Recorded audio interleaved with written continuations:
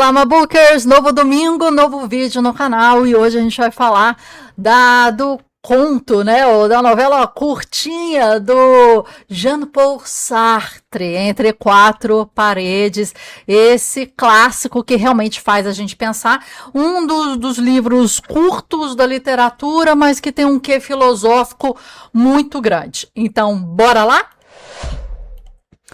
Bem, a gente vai mergulhar numa das obras mais claustrofóbicas e brilhantes do século XX. Entre Quatro Paredes é muito curtinho, foi escrito em 1944.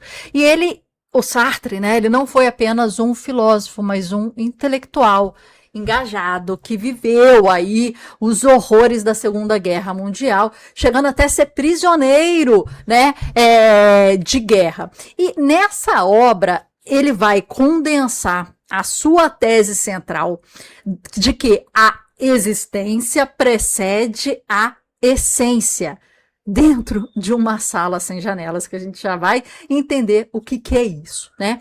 E a gente vai entender por que Sartre, né? Porque para ele a liberdade é uma condenação. E porque a sua frase mais famosa desse livro, que é: o inferno são os outros, é frequentemente mal compreendida. Então vamos lá. Mas uma coisa que eu queria falar para vocês, inicialmente, né? A gente vai mostrar aqui uma apresentação de slides, é que eu li o livro, né? E eu encontrei na internet, e isso que eu quero mostrar para vocês aqui, olha, uma gravação feita durante a pandemia, né, de um grupo de atores, até atores globais aí envolvidos, que deviam estar, né, na época da pandemia, tentando fazer um movimento assim nesse sentido, né, de leitura e etc, né, para continuar movimentando enquanto a gente não podia sair. Mas eu queria indicar, se você já leu o texto, sugiro ler o texto na íntegra. Acho que a leitura a gente aprende mais, pega mais, faz as anotações, mas depois, se você quiser ver o texto encenado, feito no Zoom, no YouTube, gratuitamente, tá aqui, ó. Não que esse não seja um teatro vivo, essa é uma leitura viva, mas a gente não tem uma série de elementos que fazem um teatro essa experiência mágica. Então, sem maiores demoras, Entre Quatro Paredes. E aí eles começam, começam a ler, né? E os atores aqui vão começar, a falar o texto. Cada hora aparece um ator, entendeu? Falando o texto. Vamos lá. Acredita nessas tolices? Onde estão as estacas? O quê? As estacas, as grelhas, o enxofre. Está brincando? Não estou brincando. Nem espelhos, nem janelas, naturalmente. Nada que seja frágil.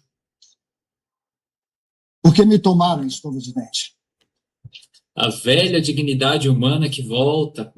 É formidável. Nada de formalidades comigo. Eu reconheço a minha posição, mas eu não admito que você... Está bem, desculpe. Bill, esse aqui é o início desse diálogo, que é encenado aí no YouTube, mostrando cada vez uma personagem, cada vez uma pessoa, né? A dinâmica do Zoom, né? Eu achei interessante, se você quiser ver aqui, depois eu vou colocar esse link aqui embaixo, que tem 550 visualizações, foi feita 5 anos atrás, em 2021, né? No meio da pandemia, mas que eu achei que pode ser uma coisa bem interessante de você seguir, sabe? Quando a gente encontra algo assim legal, eu gosto sempre de falar aqui, e eu gosto sempre de colocar um audiobook junto com a leitura. Eu acho que a gente integra as duas partes, né? Você lê no momento, anota, e depois que você quer rever, de repente você vê uma encenação daquilo, né? Sendo que essa é uma peça. Então funciona muito bem. Então fica a dica. Aqui, olha, eu quero colocar para vocês a nossa apresentação, em que, enquanto a gente vai falando aqui sobre esse texto, a gente vai mostrando aqui essa apresentação. Então, a peça começa, né, com a entrada do garçom, vamos falar assim, né, que é François, não é Garcin, é garçom, né, em um salão decorado no estilo, né, do Império, né. Vou passar aqui para esse segundo slide aqui para a gente já ter, né, um entendimento, né? O autor, ele é Jean-Paul Sartre, que morreu em 1980, eu nasci em 82, então a figura central do existencialismo na França, ativista político, um intelectual engajado, recusou o prêmio Nobel em 64 para preservar a sua independência. Ele é o arquiteto da obra, né? E a obra Entre Quatro Paredes, de 44, é uma peça teatral densa, de ato único e 5 cenas ininterruptas. Bem pequena, bem curta, né? E aqui mostra, né, uma sala, né? Então, aqui, a tese existencialista, a existência precede a essência, o rompimento com a metafísica clássica, não há natureza humana pré-definida. Nós somos, estritamente, a soma exata daquilo que escolhemos fazer. É isso que a gente está, né, vendo aqui, né? Então, existência, escolhas, essência, né? E isso aqui é a matemática disso aqui, né? Então ele tira essa metafísica clássica e ele bota assim para as escolhas da natureza humana, ok? E aí a gente vai entrar aqui no início, né, nesse imaginário. Então, o garçom entra num salão decorado, estilo do Império, né, estética burguesa do século XIX, elegante, fria, artificial, tudo parece montado, né, o impacto inicial daquilo, o que é? A ausência total de instrumentos de estrutura que a gente pensa, imagina inicialmente, tradicionais. Se eu tô no inferno. Você viu ali até foi a parte do texto que eu mostrei ali para vocês, né? Cadê as estacas? Cadê a grelha, né? Ele perguntou assim, né? Não há fogueiras, não há grelhas, não há chicotes. Cadê esse negócio que a gente está acostumado, né? O inferno do Sartre apresenta-se como uma sala de espera monótona.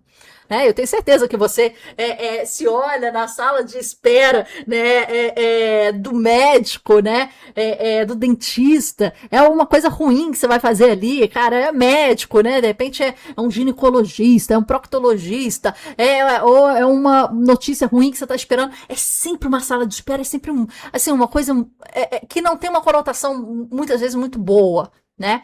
E é uma sala sem janelas para o exterior, fechada, circundada nela mesma, né? A gente viu aqui antes, olha aquela aqui, olha, ó, não há saída, saída bloqueada, ela é aquilo, é um cubo, né? Sem espelho, sujeito que está lá dentro, ele perde o acesso à própria imagem, então ele não se vê, ele não se enxerga, ele depende inteiramente do outro para se enxergar. E aí a gente está começando num ponto bem interessante, né, do que acontece, né? Aqui a gente coloca o imaginário tradicional, fogo, chamas, grelhas, né, e a ruptura já no início, eles questionando, né, ali, o sofrimento não é físico, é contínuo, estritamente psicológico. Olha Sartre, já começando a trabalhar, né? O inferno sartiano, né? É uma sala de estar burguesa, fria, artificial, absoluta ausência de torturadores visíveis. E isso que é o pior, né? A anatomia de um espaço sem fuga, né? E aqui a gente vê luz contínua, a luz nunca se apaga, não há um ciclo de dia e de noite, nem a pausa do sono. A consciência é obrigada a estar perpetuamente acesa. Objetos inúteis. Então, uma escova de dente sem função biológica, porque eles estão mortos. Então, por que, né, uma escova de dente ali para eles, né? Um corta-papel, mas sem nenhum livro no local, né? Um peso de bronze ornamental no mundo físico perdeu a serventia, né? E o fim das evasões. Sartre elimina o piscar de olhos. Quer dizer, você poderia até, naquele local que está tratando psicologicamente de você, fechar o olho, sonhar, né? Ficar aqui no seu mundinho. Mas até esse exercício de piscar o olho, até isso não está permitido, né? Olha que loucura, né? Que acontece. Deixa eu mostrar aqui para vocês. Olha que essa câmera aqui é melhor pra gente, né? Olha que a loucura que acontece. Nem isso tá disponível. Fechar o olho, descansar, né? E aí, segundo a peça, piscar equivale 4.000 pequenas evasões por hora. A piscada, né? Microsegundos, né? Um microsegundo onde o mundo desaparece. Sem pálpebras, não há descanso do olhar. Não há descanso da mente. Nem isso aqui, ó, que é muito rápido, que eu faço várias piscadas em 1 segundo, né?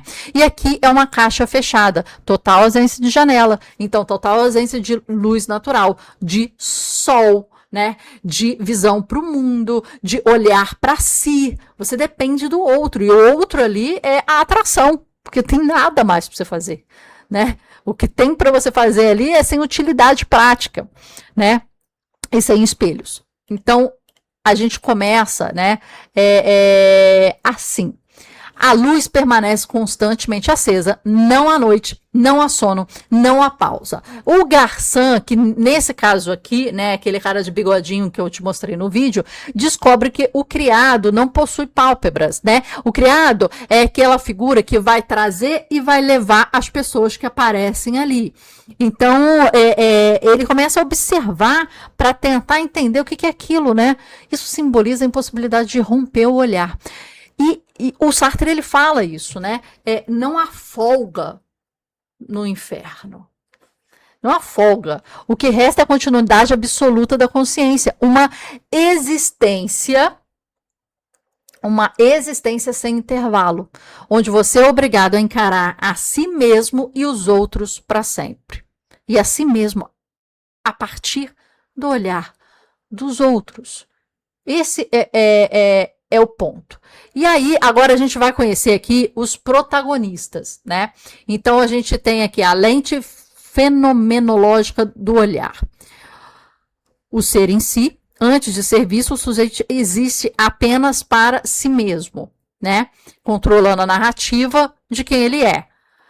Quando ele é capturado, tem um olhar externo aí, que isso é importante, o olhar do outro não é neutro. Ele nos captura, nos julga, nos transforma em um objeto externo, uma imagem controlável, né? Ele traz aqui, tipo assim, quem é que eu tô vendo? Quem é que você é a partir do meu olhar, né?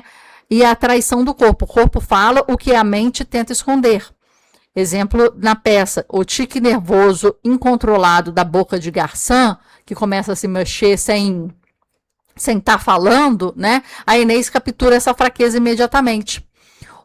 E aí uma frase muito importante, né? O medo era bom antes, quando a gente ainda tinha alguma esperança. No inferno, restou apenas esperar, né? Mas essa frase é muito forte nessa estrutura. A gente vai começar a ver aqui quais são esses personagens, né? Essa tríade. Quem é a Garçon? Quem é a Inês e quem é a Estelle. E a gente vai começar a entender um pouco da história, né? Porque eles estão ali tentando entender o que eles estão fazendo ali. Depois eles estão ali tentando entender quem são eles. Qual o denominador comum entre eles para que façam com que eles estejam ali como hóspedes, né, do inferno. Então, o Garçon, ele é um jornalista que se apresenta como um pacifista fuzilado por razões políticas. Mas, na verdade, é uma verdade muito mais sombria que isso. Não é isso, né? É o que ele fala. Mas o que é realmente? Ele passou 5 anos torturando psicologicamente a sua esposa, chegando a levar amantes para dentro de casa, enquanto ela servia o café da manhã na casa para eles. Ele busca desesperadamente que os outros o vejam como um herói corajoso, de guerra e tudo, mas no fundo ele é assombrado pela própria dúvida. Ele fugiu da guerra por convicção ou por covardia? Então aqui a gente tem, ele é um herói pacifista, como ele se apresenta, um herói pacifista corajoso. O crime real na vida: torturou a esposa por 5 anos, exibindo sua amante. O fim, a causa da morte: 12 tiros no peito, fuzilado em fuga da guerra. Necessidade oculta: precisa que os outros o julguem como corajoso. Isso aqui é o mapeamento desses personagens. Isso aqui é o que acontece, né, com eles. Agora vamos lá, próxima. A gente tem a Inês, né? A Inês entra em cena e imediatamente quebra o protocolo da polidez. Tá ali todo mundo meio formalzinho, né? Ela é outro com problema, né? Trabalhadora dos Correios, lésbica. Ela seduziu a mulher do próprio primo, a Florence, né? E destruiu o casamento deles até o primo morrer atropelado, né? A Inês é a única que aceita a sua natureza desde o início. Ela fala, né? Eu preciso do sofrimento dos outros para existir, para justificar a minha existência. Eu gosto do sofrimento dos outros. Eu preciso disso, né? Ela é o espelho cruel que não permite que Garçom e Stellan mintam para si mesmos. Então aqui tá sincera, impiedosa, assim, até cruel, né? Mas completamente sincera. O que eu acho que as pessoas totalmente sinceras acabam sendo. Que a vida tenta mascarar muitas vezes, né? Destruiu o casamento do primo, levando à morte para ficar com Florence. Intoxicada por gás. Homicídio/suicídio da amante. Precisa dominar, porque ela se matou com gás no lado, né, da amante. Então acabou matando ela também. Então foi um suicídio, homicídio. Tá? Porque o gás acabou matando a amante que estava do lado. Precisa dominar e ver o sofrimento do outro para existir. Aí a gente vai para a Stelle. Então, por fim, a gente tem Stelle, que é a personificação da vida arquitetada, né? A vida arquitetada pelas aparências burguesas, né? Ela se preocupa se o sofá combina com o vestido, ela tenta manter as futilidades da vida terrena mesmo, né? Ali estando em outro lugar. Ela casou-se por dinheiro e fala isso muito abertamente, teve um amante, e um ato de crueldade absoluta, ela afogou seu filho recém-nascido num lago na Suíça, enquanto o pai da criança assistia essa cena. Ela precisa do desejo masculino para se sentir real. Mas o seu ser, o seu eu, é uma construção vazia, né? Que Inês e Garçom começarão a desmantelar e a entender, assim, o fundo do poço que existe ali. Então ela é vítima romântica e pura, é assim que ela quer ser vista. Ela engravidou do amante, afogou o seu filho recém-nascido num lago, né? E causou o suicídio do amante, matou o seu filho. Ela morreu de pneumonia, então nada a ver com esse caso, né? De uma coisa a outra. E ela precisa ser eternamente desejada por um homem para se sentir real. Então são pessoas muito complexas ali, né? E a gente vai ter um sistema perfeito. Isso aqui é muito importante a gente entender agora. Stelle, Garçom, Inês. É o triângulo perfeito do tormento geral, né? O inferno ali, ele não é um evento, né? Ele é um mecanismo. Está aqui simbolizado por essa imagem. Para entender essa dinâmica, a gente precisa olhar aqui para os símbolos que Sartre espalhou nesse cenário. Primeiro, objetos inúteis. A escova de dente, com função biológica que não tem mais razão, o corta-papel, o bronze de Barbedienne, né? Os objetos de bronze pesado, puramente decorativos, simboliza a estética burguesa, que é Stelle, que está aqui, ó, a Stelle, né? Ela tanto preza, mas que também representa a estagnação absoluta. Então, nada dali pode ser mudado ou utilizado para agir sobre o mundo. O inferno, né, é a capacidade da ação, da praxis, é substituída pela passividade de ser apenas um objeto para o outro, né? A tortura fundamental aqui, ela reside na ausência de pálpebra e de luz constante. O Sartre, ele nos ensina que o piscar de olhos é uma pequena evasão.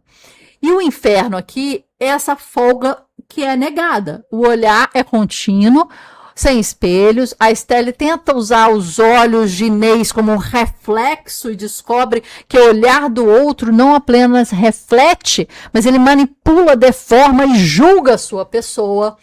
Então não tá um espelho ali meio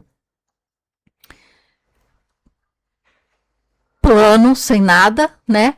E o momento mais impactante que acontece aí na cena, eu acho que vale a gente falar bastante sobre isso, mas vamos dar um pause aqui agora. Vamos só falar sobre essa imagem, que essa imagem é muito, muito importante. A Estelle busca Garçon apenas para ser desejada fisicamente. Ela diz que ele é corajoso e que é isso que ele precisa ouvir, mas é uma validação vazia. A Inês ataca a Garçon e a Estelle, então tá contra aqui. Ela deseja a Estelle e como lésbica, ela deseja Estelle e odeia Garçon. Então, ela age como um farol da verdade implacável, destruindo as mentiras e ilusões mútuas dos dois. O Garçon, para obter validação genuína de sua coragem moral,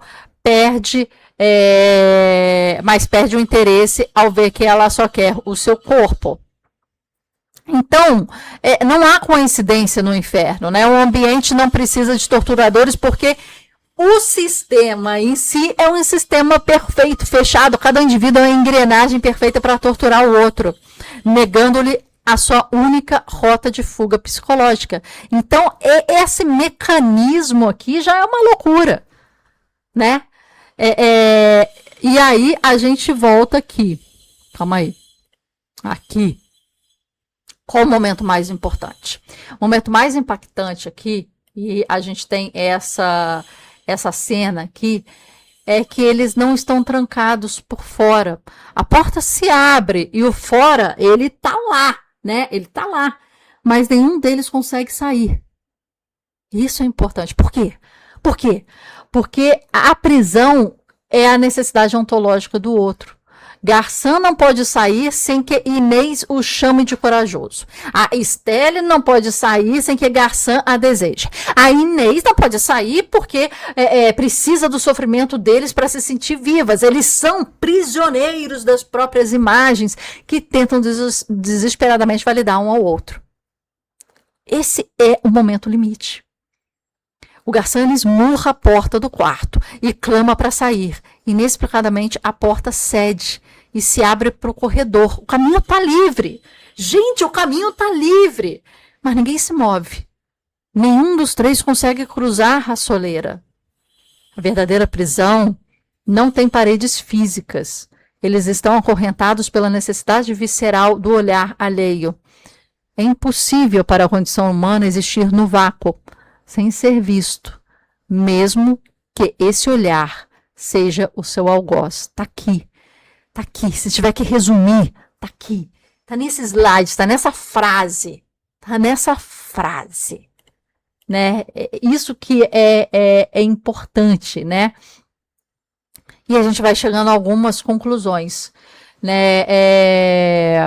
Através desses 4 níveis fundamentais que a gente vai apresentar aqui, né, a trama psicológica se eleva a um tratado filosófico. E está aqui a importância desse livro curtinho, né? Vamos lá. O inferno são os outros. Não é sobre convivência, não significa que o convívio diário é irritante ou que as outras pessoas sejam mais.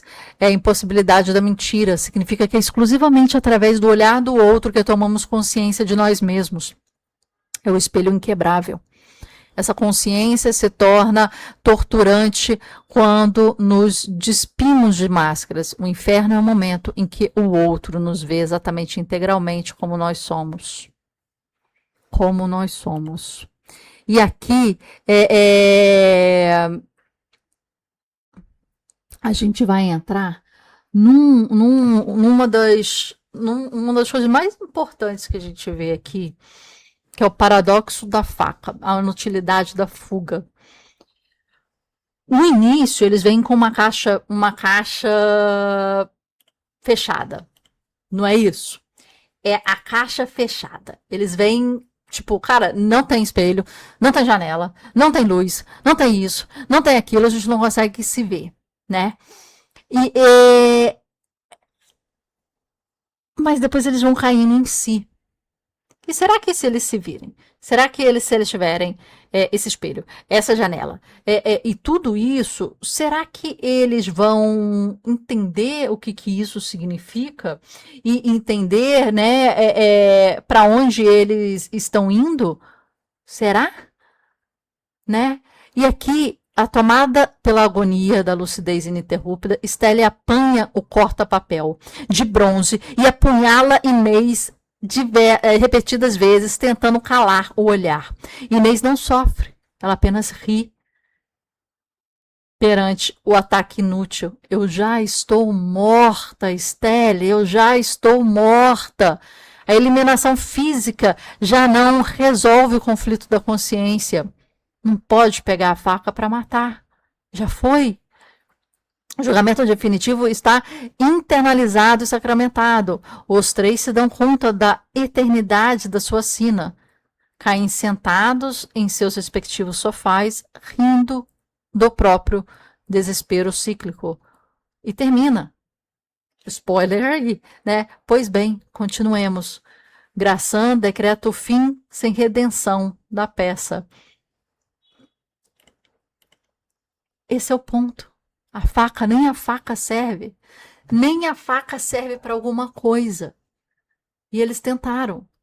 Nem o olho serve para alguma coisa, nem a faca serve para alguma coisa, nem a fuga serve para alguma coisa.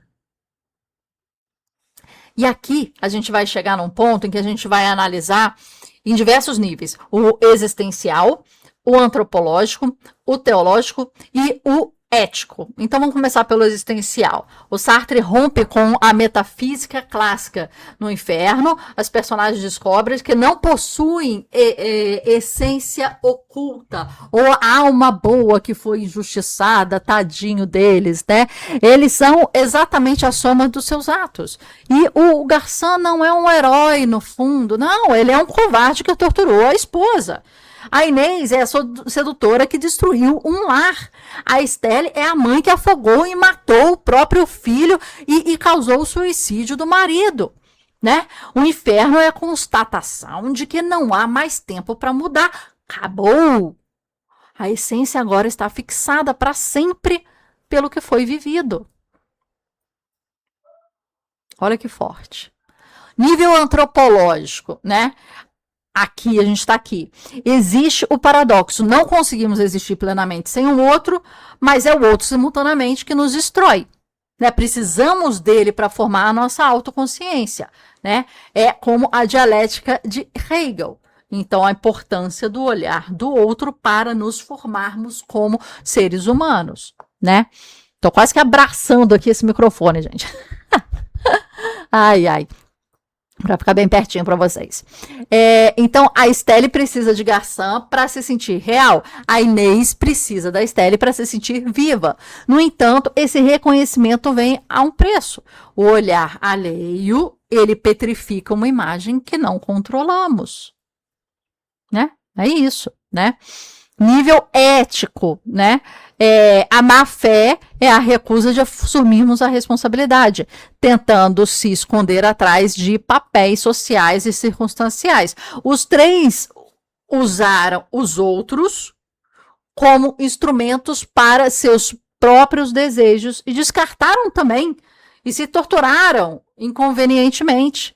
Né? A tortura é eterna, é responsabilidade por nossas escolhas. E agora não podemos apagá-las. Não há uma borrachinha, minha gente. Não há, tipo assim, me perdoa. Vamos começar daqui de novo. Não há. Esse aqui, que é esse tipo de análise. Teológico. Sartre inverte séculos de tradição cristã, né? E o inferno não é um local físico que a gente costuma ter nos nossos desenhos animados, na nossa literatura, no nosso inconsciente coletivo, né? É um local físico para punição divina, com fogo, com enxofre, com alho, com grelha, até quando eles chegam lá, eles falam: cadê isso tudo, gente? Cadê a pirotecnia desse local? Não, é um sofá e objetos mundanos, né? A gente constrói uma coisa diferente no nosso pensamento coletivo, né? O julgamento não vem de um Deus externo, mas da consciência de si através do olhar implacável do outro. Então, quando o Garçom, ele proclama o inferno são os outros, que é a frase mais famosa do livro e sempre repetida, ele não diz que o convívio é ruim, mas que o olhar do outro nos revela como realmente somos, e essa consciência pode ser insuportável quando não há fuga disso.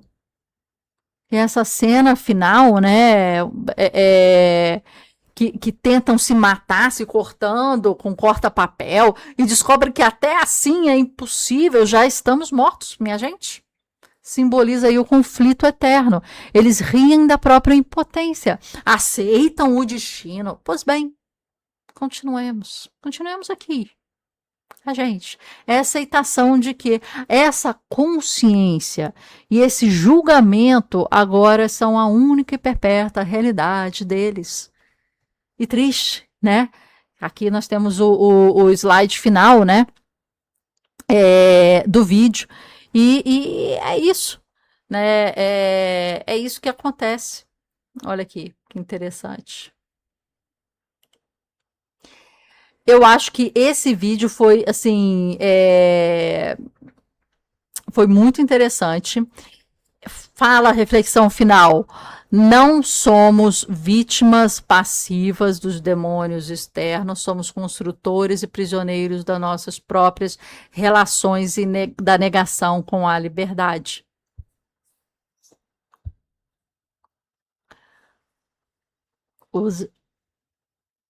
O inferno são os outros. Você vê como na literatura, né?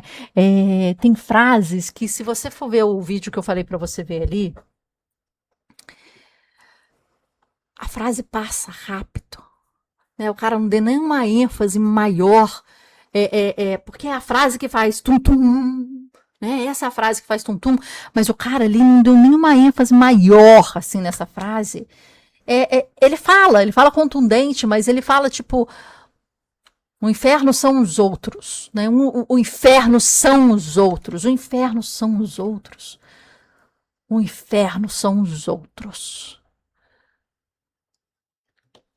Mas essa frase sozinha, ela ganha outra proporção, porque, cara, filosoficamente você pode pegar essa frase, você pode destrinchar de uma forma, minha gente, gigantesca, sabe? Que loucura. Que loucura. É um texto curto, um texto pequeno, eu já te dei aqui a forma de você ouvir de forma encenada por atores globais, muito bom, muito rápido. Leia, tem outras frases fantásticas que a gente falou aqui no início também. Cadê? O medo era bom antes, quando a gente ainda não tinha alguma esperança. Agora, meu filho, não há nem por que ter medo, não dá, acabou, não dá. Muito forte, muito forte. Espero que vocês tenham gostado do vídeo de hoje. Espero que vocês tenham gostado da análise de hoje. Leiam, por favor, é curtinho. A gente está trazendo aqui desde o conto da Ilha Desconhecida, do Saramago, de quanta terra precisa um homem do Tolstói, a morte de Ivan Eliot. A gente tem trazido contos, textos curtos para você tem. Vou atender o interfone já. Minha gente. Para você se adaptar. com textos curtos, mais densos, sabe? A gente poder ir além ali na nossa análise. E aqui eu tenho tentado ajudar você nessa análise filosófica, textual, literária. Espero que vocês tenham gostado. Até a próxima leitura, até o próximo domingo.